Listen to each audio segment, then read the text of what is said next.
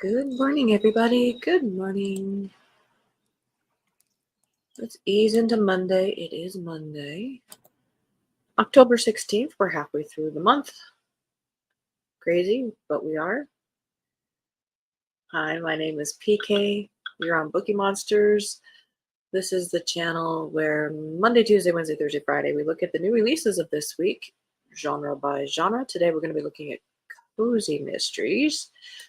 And then we do reading sprints Tuesday and Thursday evenings and Saturday afternoons. So we're here a lot to give you opportunities to read and look at things that you might want to read. Mary says, good morning. Happy Monday. More than halfway through October. Eek. That is true. That's crazy. I missed you last night on Thunder Horse Descendant, Mary. I got on right as it ended. It was like, oh, shoot, I missed it. So sorry about that. Annalise, good morning or good afternoon. Happy Monday. Indeed. Here we are again, doing it again. Let's jump in. How was your weekend? How'd the show go, Mary? Let's see. What did I do this weekend? We watched the Mission Impossible movie on streaming on Saturday night. Liked it a lot. We didn't. It's a movie that should be watched in the theater, but we didn't get there because of Keo and his separation issues. So we watched it on Saturday. Liked it. Had some very tense stunts. So always good for that. Worked a lot on the crochet project. Did not read a whole lot. I'm kind of in it's not really a slump, but I guess while I'm doing all the crocheting, I have a hard time with audiobooks, so that's probably my issue. You love Mondays. That's a good attitude. You must share your secret. uh, we're going to start with cozies. And these are the ones that came out yesterday on a Sunday, but they release them whenever they feel like it. And this is actually a full-blown book. It's on Kindle Unlimited. This is Hoax for the Holidays, book number 6 by Karen Mahmood. A vexing sequence of unrelated events takes Vivi, Ezzy, and Mavis scrambling for answers from the Canadian border to the oldest churches in St. Paul. Armed with determination, a desire for justice, and pie, they stumble and literally slide toward answers in this snowy adventure. Father Lenny needs help figuring out who is pulling pranks at St. Mary's, damaging their image right as they need to be focused on opening their family shelter. As if that isn't enough to keep Vivi, Ezzy, and Mavis on their toes, they also need to help a friend caught in the middle of something nefarious centered around a simple fender bender in the North Woods.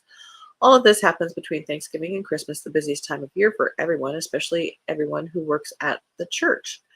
Sprinkle in the excitement and never-ending plethora of decisions for Vivi and Hitch as they plan their wedding from start to finish in that short amount of time.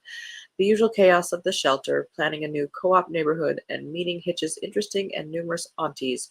As if that weren't enough excitement, Vivi's long-lost and mostly forgotten mother has seemingly resurfaced, claiming to be a victim of kidnapping. A lot going on there. And they admit there's a lot going on there.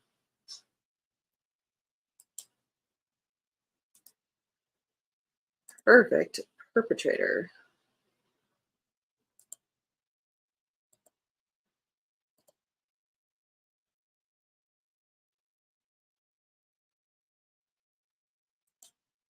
Mary says, I caught it quite by accident last night. The show on Saturday didn't. It rained and no tent. Oh, man.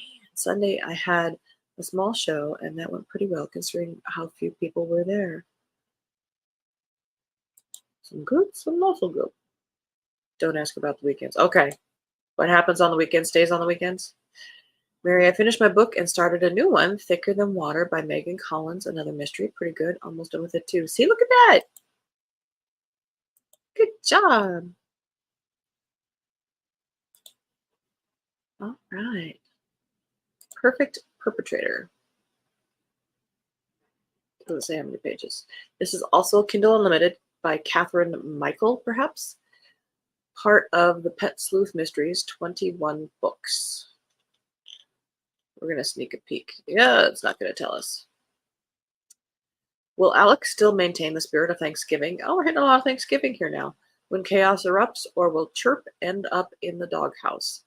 The gang is all back on Spruce Street for the annual fall Hang a Quilt Day and Thanksgiving celebration, including Charlotte and her feline companion Chirp, who are both in town from Mishap, Georgia. Hoping for clear skies and a nice, quiet weekend, Alex, Charlotte, and Pepper get pampered while their furry friends become perfectly perplexed when a mysteriously fishy package arrives, causing everyone's hackles to rise. Join our super sleuth pair, Chirp and Kibbles, in this murderless holiday pet sleuth mystery, also featuring our favorite cast from Spruce Street. This is a standalone book that does not follow the series timeline. So if you want a super cozy, super duper cozy, Murder at Thornton Park by Ellen Reed. First of a new series, 400 pages, and it's historical. It has my attention. Kindle Unlimited. Formerly published as The Dragon Sleeps. Okay. Dragon statue, an ancient sword, a body on the doorstep. What secret has remained hidden at Thornton Park for the last 80 years? It's 1927 in Victoria, Australia, a time after the Great War when women have more options open to them.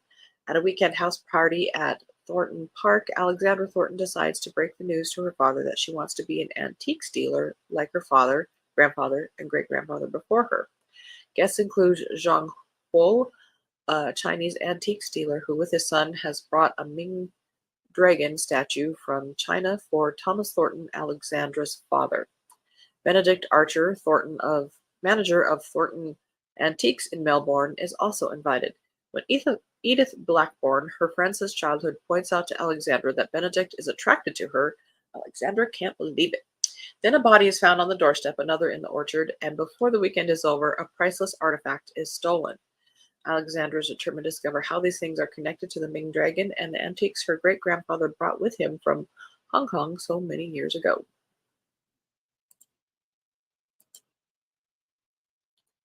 She's that kind of girl. Let me solve this. Death wakes a snake. Cowboy boots on it. Okay.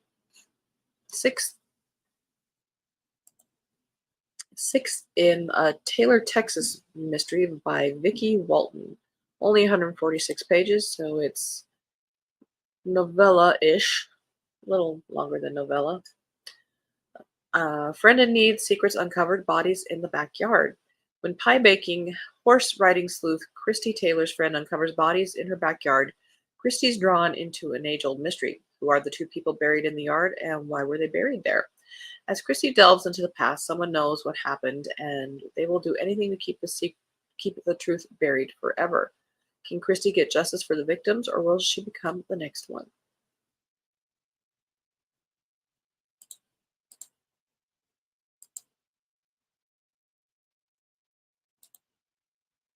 And they said, yes, it was good after the PC stress was over and the sprint Saturday night.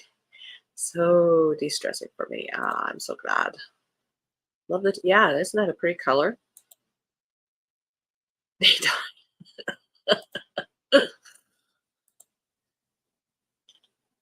They all of this, so much death. Plans for Murder in Kingfisher Falls, a small town bookshop murder mystery, fourth in series. It is a Kindle Unlimited by Philippa Nefri Clark. Now, I'm familiar with that name. I don't know how. Is she more of a romance? I don't know. A happy life, a bright future, a past which is catching up. Charlotte Dean is finally living the life she wants, happy in her small town of Kingfisher Falls. With a great job and loving boyfriend, everything is perfect. But after a terrible accident rocks the community, Charlotte suspects there is more to it, much more. When someone comes forward to point their finger at a beloved member of the community, Charlotte isn't about to allow history to repeat itself. As she begins to do her own investigation, a chance sighting of someone from her old life sends Charlotte's world into a tailspin, forcing her to doubt her relationship with Rosie and future in Kingfisher Falls. But is there a common link behind everything? And who's really behind the planned shopping mall near the bookshop? In a shocking series of events, Charlotte comes face to face with the past and will have to risk everything, even her life, to overcome the most dangerous situation yet. This title was previously titled Deadly Past. Since the rights were returned to the author, it has had a light rewrite, yeah, fresh edit, new title, and new cover, and being released on Kindle Unlimited. You're starting to see a lot more of that kind of thing. Authors are getting their rights back and able to publish them themselves through Kindle Unlimited.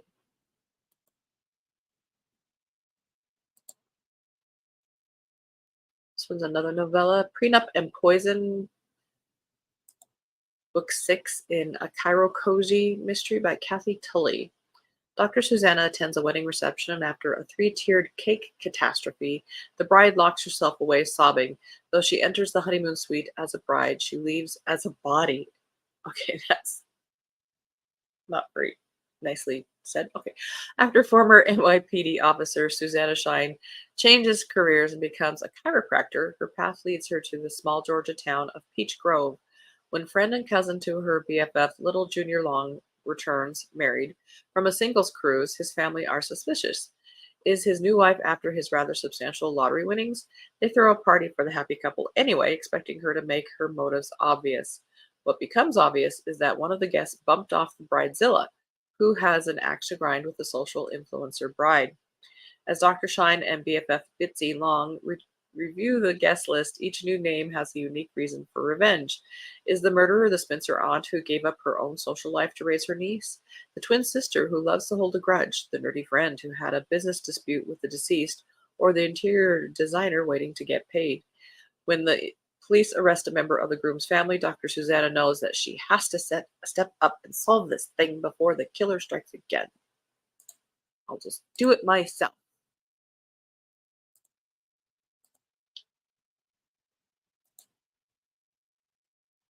It is a tough wedding. Weddings are tough anyway. All right. These are the ones that are being published tomorrow. So a little bit more traditionally published, perhaps. The Sorcery of the Silent Songbird, A Witches of Moonlight Hollow Cozy Mystery. Book 5 of 15. How many pages? 59 pages. Look at the cover. We're moving on.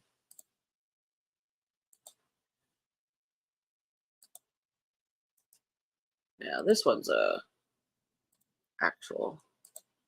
So I recognize the author. Oh, I read this. This is a series I just started a little while ago. A new book. Awesome. Mistletoe and Murder, a Kate Hamilton mystery by Connie Berry. So this will be 4th, I think. In Connie Berry's festive holiday. Oh, it's a novella. 154 pages. 5 days before her wedding to detect. Oh, well, that's jumping ahead and revealing things. To Inspector Tom Mallory, Kate Hamilton finds her friend Sheila in need of her help. Sheila, a soon to be bride herself, needs Kate's help to get Carl Curtis, her fiance, out of Venezuela. His passport was taken from him by the authorities, and they say he owes them money. Carl says it's a bribe, but he's unable to leave unless it's paid. Sheila decides to sell her grandfather's coin collection, including a valuable gold coin presented by Queen Victoria to her great grandmother. Among her grandfather's stored possessions is a letter from the Queen. When someone breaks into Sheila's house, all signs point to even more foul play. As Kate deals with a disturbing number of wedding plan hitches, a fire in town reveals a body. Unfortunately, the burned out flat is next to the bridal salon where Kate's dress is being altered. Can the cleaners really eliminate the odor of smoke? Again, weddings are tough. As the clock ticks down to Kate and Tom's I do's, Kate goes to Sheila's house to help her search for the royal letter, but she's nowhere to be found. The house has been torn apart and Sheila is missing. Could Sheila's disappearance be connected to the death in town? Kate will have to piece together the clues.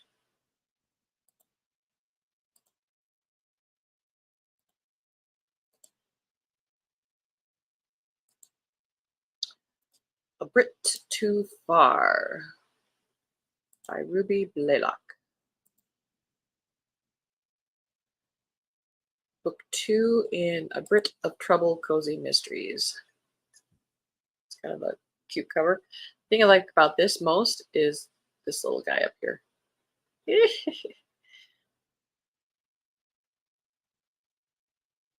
This is only available on Kindle so far. No physical book. What's more quintessentially British than sand, sea, and murder? Addie Porter is about to find out that getting away from it all doesn't mean she can escape death. When Addie and her two feisty great aunts, Josephine and Edwina, head off to the sleepy little seaside town of Marlow on the Sea, they expect a week filled with seaside picnics and reminiscing with old friends. But when Addie stumbles upon the body again of one of the guests from the bed and breakfast that she's staying in, things take a much more sinister turn. Was Darvell Strunkett's tragic death, the result of a terrible accident, or was it murder? As Addie befriends the owner of Warburton House, the bed and breakfast, she begins to realize that everyone in the historic B&B has their own secrets that they're desperately trying to keep from each other. But did one of those people have a darker secret than everyone else? Is there a murderer on the loose in Marlow? And can Addie uncover the truth before it's too late?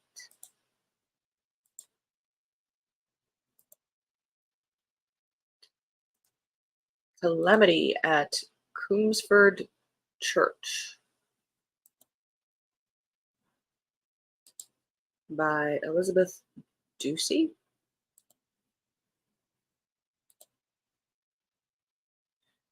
Kindle Unlimited. 191 pages, so a longer novella. Third in the Coomsford Chronicles. Isabella Street is a talented composer and musical director with a passion for her craft and the drive to create something truly unique. In The Hero's Return, she embarks on her greatest triumph yet, celebrating the tercentenary of A Local Boy Made Good. But not everyone is happy with Isabella's plans, and when one night in Coomsford Church, her preparations and rehearsals are brought to an abrupt conclusion. Amateur sleuths Charlie, Annie, and Rohan must work together to uncover the truth behind the shocking events. Okay. Pumpkins in Peril, Book 29 by Agatha Crost in the Paradale Cafe Cozy Mystery. Well, this says 0 pages. I don't quite believe that. Oh, this is October 31st. No. Stalking around the Christmas tree.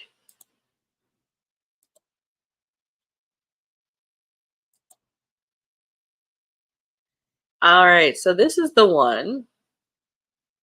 If you follow Killer Cozies, this is the book where Tiffany, who hosts the channel Beach Bum Bookworm, who does the sprints on Sunday afternoons, uh, she's the murder victim, and she's very excited about being the murder victim. So, 'tis a season to solve a murder, and innkeeper Holly White knows she'll have to make her list and check it twice if she wants to catch the killer in the fourth Christmas tree farm mystery.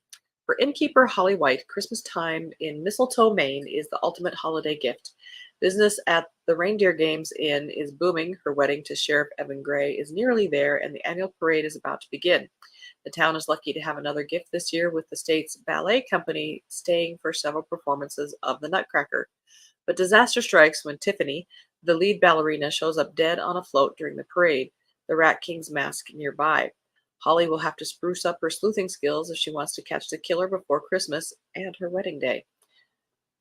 Oh, maybe people shouldn't get married. Immediately, Holly discovers that Tiffany had more than a few elope. You know, okay. After a few secrets, she finds out that the star of the show has a super fan that no one knows anything about, and the show's understudy slips some other intriguing information Holly's way. Not only was Tiffany secretly seeing someone romantically, but there seems to be more than one rat in this company. When Holly discovers a secret passage leading to Tiffany's dressing room with footprints leading out, she wonders if this is evidence of a secret lover or a stalking killer.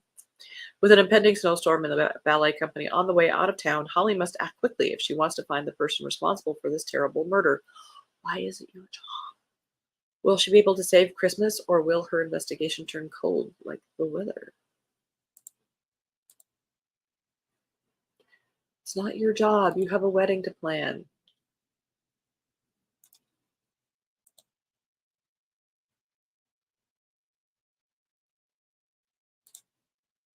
There are professionals who do this.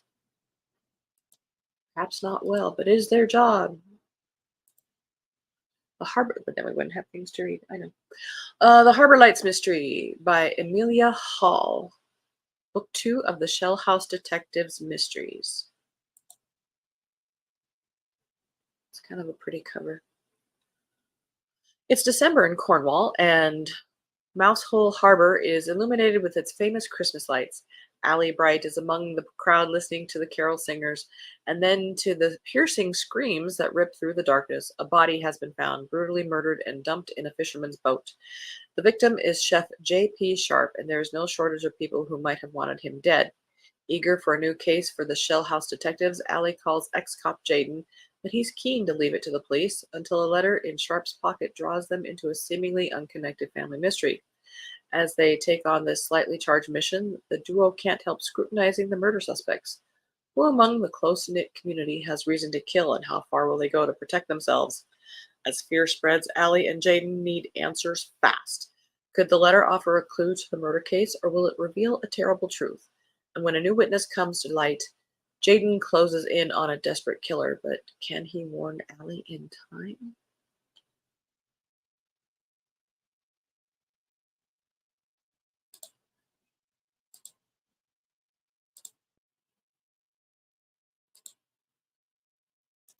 Seize and Let Die by Victoria Hamilton. 11th in series. In the Vintage Kitchen Mysteries. Vintage cookware collector Jamie Mueller is stunned when an irate woman accuses her pharmacist friend Val of tampering with her prescription. When more unfounded accusations follow, it seems clear the woman has a personal grudge against Val, but before they can figure out why, Jamie and Val stumble upon the woman's dead body on the steps of Val's pharmacy. Given her altercations with the woman and the location of the body, the police naturally suspect Val. Jamie has heard rumors that the victim had become forgetful and erratic, but could that explain her death? And why was Val being framed as her murderer? Determined to find the clues that connect the woman's strange behavior to her death, Jamie begins questioning the people in her life and soon suspects that the culprit is among them. But she'll have to be careful about who she confronts, because while solving murders is hard work, there's a killer on the loose who finds committing them all too easy. Includes a vintage recipe. Okay. Well, that's all we have time for today. We will pick up on the cozy mysteries as the week progresses. So, thank you very much for watching, and everybody who is tuning in right now. I know it's early, um, and if you're watching it on replay, you're welcome, Annalise. Thank you very much for doing that too. So, I don't have any sprints tonight. If you want to do some sprinting, that is on Lee's channel tonight, Dark Roots Creations. That starts at 5 p.m. Eastern, no, 7 p.m. Eastern time, 5 p.m. my time, so 7 p.m. Eastern time. And they usually go for a couple hours. So if you want to do that tonight, my sprints will be tomorrow night at 6:05 Mountain Time, 8:05 Eastern time. I hope you have a very good Monday. Take care of yourself. We'll get through it. It's okay. Have some coffee. Listen to good music. Read good books. And remember, if you're not reading a good book, it's okay to set it down. It just means it's not its time. It'll come later. Don't rush it. There's a lot of other good books for you to read. It's okay. And as a banner says here, don't be a bookworm, be a bookie monster. Thank you guys. Love you so much. God bless.